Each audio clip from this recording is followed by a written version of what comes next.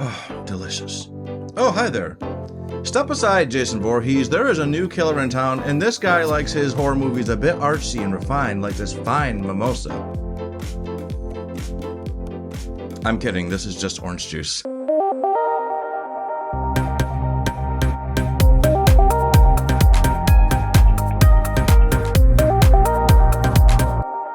In a Violent Nature is a result of Shudder and IFC teaming up, and the results are fantastic cinematography, gruesome gore, and just an overall very interesting kind of movie. Let's talk about it.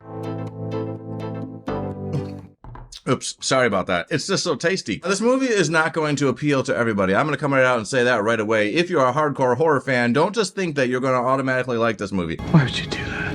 This movie is violent, gory, and gross, but it's also not the most fast-paced movie. A lot of this movie is shot from over the top of the killer as he traverses the woods looking for his next kill. I found it to be a very unique approach to a slasher film. It almost felt like this was his movie and we were getting a bird's-eye view of what it is like to be a killer stalking a bunch of teenagers. The scenery is beautiful, and the way the director set up some of these shots is pure genius. There are more than a few scenes where I found myself scanning the screen to see if I was missing something. I do that a lot when I watch horror movies, and this movie particularly, there'd be a still shot off in the distance, and you're sitting there like, what is this shot of? What is he trying to show me? And I just kept watching. I'm like, is he going to be there? Is he going to be there? What is this shot going to be doing? And those are very interesting shots. I really appreciated it because it kept me as the audience member guessing and kept me engaged. This movie is methodical, like its antagonist. And just like Jason Voorhees, by the way, this movie, you can't help but compare it to Jason Voorhees because the way he moves around, the way he just comes out of the ground in the beginning of the movie, he is a dead person, a lot like Jason Voorhees. He has a tragic backstory, so I'm going to compare him to Jason because that is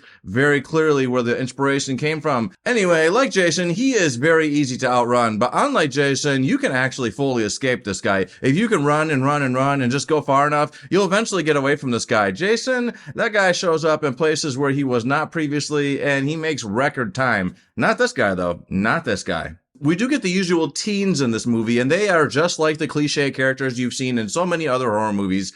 Honestly, this is one movie where I was fine with them all dying. They all seemed like shitty people, and it didn't offend watching them encounter Johnny. That's his name, by the way, just like this guy. Here's Johnny! I've never been into the extreme gore movies, or body horror, as they call it. I've never even seen a movie from Dario Argento or Cronenberg, and I don't know if I will, because it's just not my first cup of tea. I like horror movies, and I don't mind when they're gory, but I just don't think it's that entertaining watching them try to be as gross as possible, doing things that are just so over the top. And by the way, when they're doing these over the top gruesome kills, you can tell that, oh, that's a rubber body. It's just, so that is the reason that it's just, it's okay. Yeah, it's gross, but they look so fake that it's just, what's the appeal? I don't know. This movie felt like an art house film. It knew when to use silence, when to use music, and how to set up pacing, and it's filled with really awesome cinematography. If you're into the body horror genre, I think you're going to really like this movie, but not if you're someone that needs a lot of fast-paced action, loud music, big scenes. It's not that kind of movie. This is an art house horror movie, and it's a very good horror movie. I liked the way it was methodical. I liked the slower pace to it. It made it feel more interesting. Like I said, a lot of the cinematography is shot over the view of the killer, and it makes it feel like you are following along. That was a very unique approach that I have not seen before. You know what it kept reminding me of? It kept reminding me of the game Dead by Daylight or Death by Daylight, where you control the killer, or any other, like they have a Friday the 13th game by now. They have a lot of different types of game in this genre where you play as the killer. And it was reminding me of that. I felt like, oh, I'm controlling this guy. And oh, there's a stupid teenage girl over there swimming. Why is she swimming? Well, let's go kill her. For me, I would give this movie a 7.5 out of 10.